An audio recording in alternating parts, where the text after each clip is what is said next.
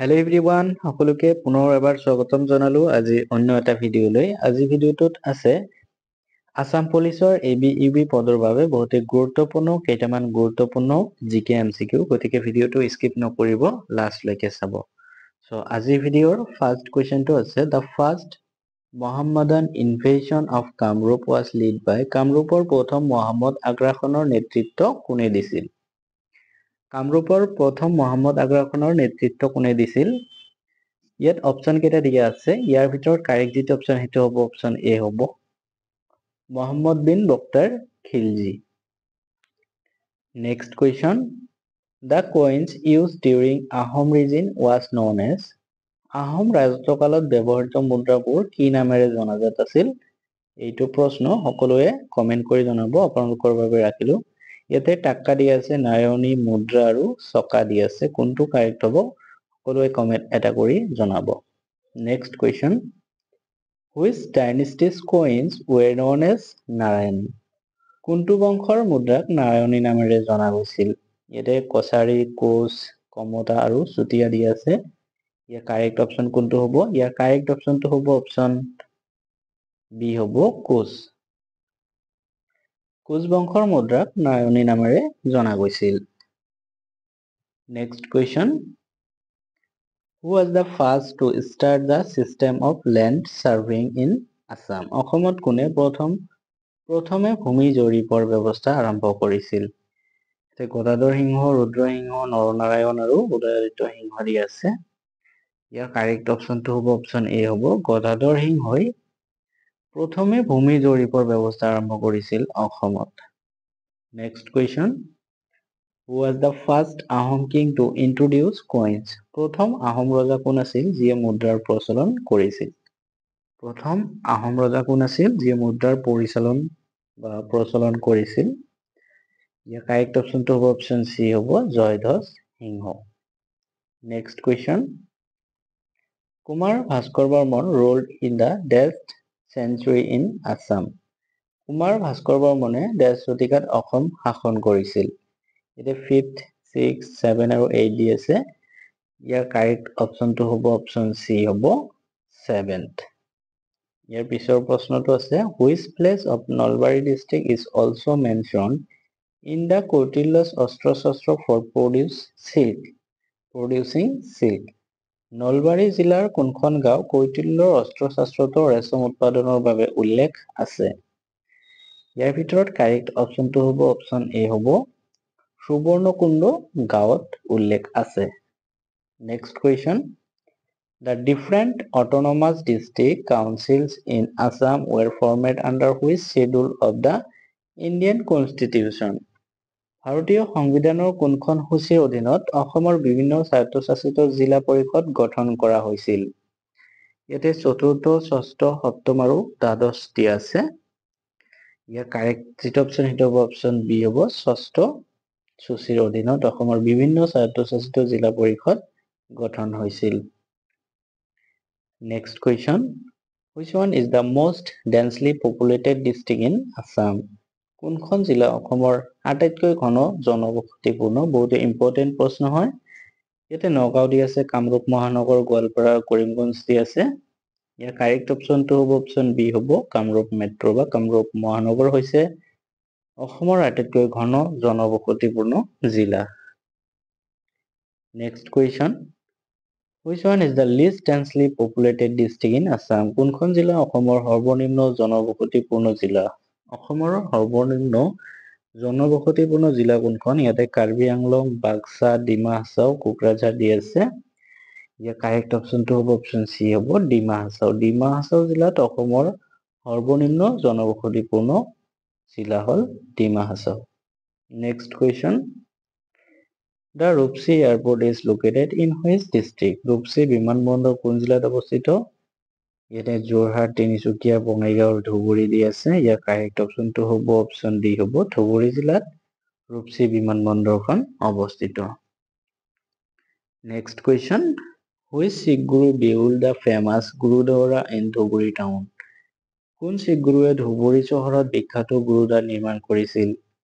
ইয়াতে অপশন 4টা দি আছে ইয়াৰ ভিতৰত কাৰেক্ট অপশনটো হ'ব অপশন বি হ'ব গুৰু টেগ বাহাদুৰ গুৰু টেগ বাহাদুৰে ধুবুৰী চহৰত বিখ্যাত গুৰুদ্বাৰ নিৰ্মাণ কৰিছে next question which of the following district do not share border with Bhutan তলৰ কোনখন জিলাই ভূটানৰ সৈতে সীমা ভাগ নকৰে ইয়াতে ওদালগুৰি বঙাইগাঁও বাক্সা আৰু চিৰাং দি আছে ইয়াৰ কাৰেক্ট যিটো অপশন হ'ব অপশন বি হ'ব বঙাইগাঁও জিলাই ভূটানৰ সৈতে সীমা ভাগ নকৰে বাকি ওদালগুৰি বাক্সা আৰু চিৰাং এই তিনিটাই ভূটানৰ সৈতে সীমা ভাগ কৰে next question which of the following district do not share border with the Meghalaya তলৰ কোনখন জিলা মেঘালয়ৰ সৈতে সীমা ভাগ নকৰে ইয়াতে গোৱালপাৰা কামৰূপ গ্ৰাম্য কাছাৰ আৰু কৰিমগঞ্জ দি আছে ইয়াৰ ভিতৰত কাৰেক্ট অপশনটো হ'ব অপশন ডি হ'ব কৰিমগঞ্জ জিলাই মেঘালয়ৰ সৈতে সীমা ভাগ নকৰে next question which district of Assam is also known as the land of Sattras অসমৰ কোনখন জিলাক সত্ৰৰ ভূমি বুলিও জনা যায় ইয়াতে বৰপেটা মাজুলী যোৰহাট আৰু নগাঁও দি আছে ইয়াৰ কাৰেক্ট অপশনটো হ'ব অপশন এ হ'ব বৰপেটা জিলাক সত্ৰৰ ভূমি বুলি জনা যায় অসমৰ next question what was the name of the Muslim tailor who became a disciple of Shankardev at Cooch Behar কোচবিহাৰত শংকৰদেৱৰ শিষ্য হোৱা মুছলমান দৰ্জীজনৰ নাম কি আছিল আলিমেজ কবিৰ চামচাই আৰু ইছমাইল সিদ্দিক দি আছে ইয়াৰ কাৰেক্ট অপশনটো হ'ব অপশন সি হ'ব চামচাই next question which district was famous for ivory carving in Assam কোনখন জিলা অসমত হাতীদাঁত খোদিত কৰাৰ বাবে বিখ্যাত আছিল এটা ধুবুৰী শিৱসাগৰ বৰপেটা আৰু ডিব্ৰুগড় দি আছে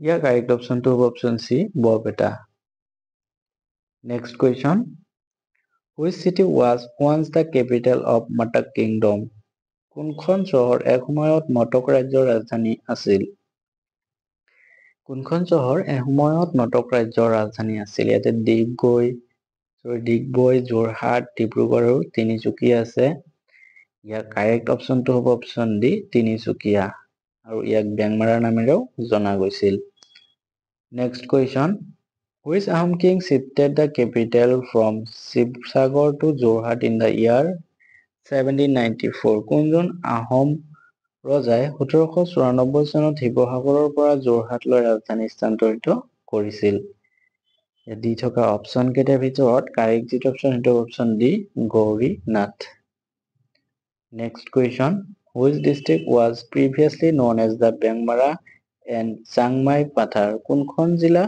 পূৰ্বতে বাংমাৰা আৰু চাংমাই পাথাৰ নামেৰে জনাজাত আছিল ইয়াৰ ভিতৰত কাৰেক্ট অপশনটো হ'ব অপশন সি হ'ব তিনিচুকীয়া জিলা next question against which team Assam played their first Ranji Trophy match in the year 1949 কোনটো দলৰ বিৰুদ্ধে অসমে 1949 চনত প্ৰথমখন ৰঞ্জী ট্ৰফী খেল খেলিছিল ইয়াৰ ভিতৰত যিটো কাৰেক্ট অপশন সেইটো হ'ব অপশন বি হ'ব হলকাৰ 11 বা হলকাৰ একাদশ নামৰ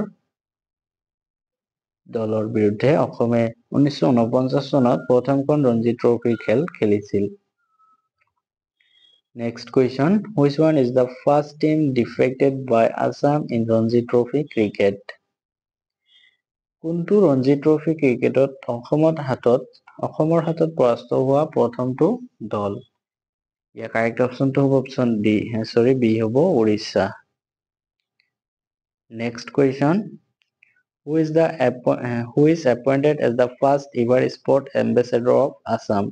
কাক অসমৰ ক্ৰীড়া দূত হিচাপে নিযুক্তি দিয়া হৈছিল এটা হিমা দাস অংকুচিতা বড়ো শিৱ থাপা এণ্ড মহাদেৱ ডেকা দিয়া আছে ইয়াৰ কাৰেক্ট অপশনটো হ'ব অপশন এ হ'ব Hima Das next question which of the following was not a president of Assam Sahitya Sabha তলৰ কোনজন অসম সাহিত্য সভাৰ সভাপতি নাছিল ইয়াতে চন্দ্ৰধৰ বৰুৱা নলিনীবালা দেৱী প্ৰসন্নলাল চৌধুৰী ইয়াত তিনিজনে আছিল কাৰেক্ট অপশনটো হ'ব অপশন ডি হ'ব বিষ্ণু প্ৰসাদ ৰাভা নেক্সট কুৱেশ্যন আজিৰ ভিডিঅ' লাষ্ট কুৱেশ্যন হয় এইটো the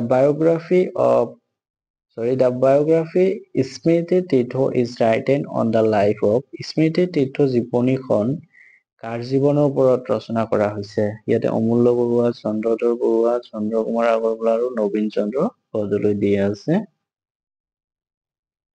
কাৰেক্ট অপশনটো হ'ব অপশন ডি হ'ব নবীন চন্দ্ৰ বৰদলৈ। চ' আজিলৈকে মানে ভিডিঅ'টো যদি ভাল পাইছে নিশ্চয় লাইক কৰিব, কমেন্ট কৰিব আৰু ছাবস্ক্ৰাইব কৰিবলৈ নাপাহৰিব। থেংকছ ফৰ ৱাচিং।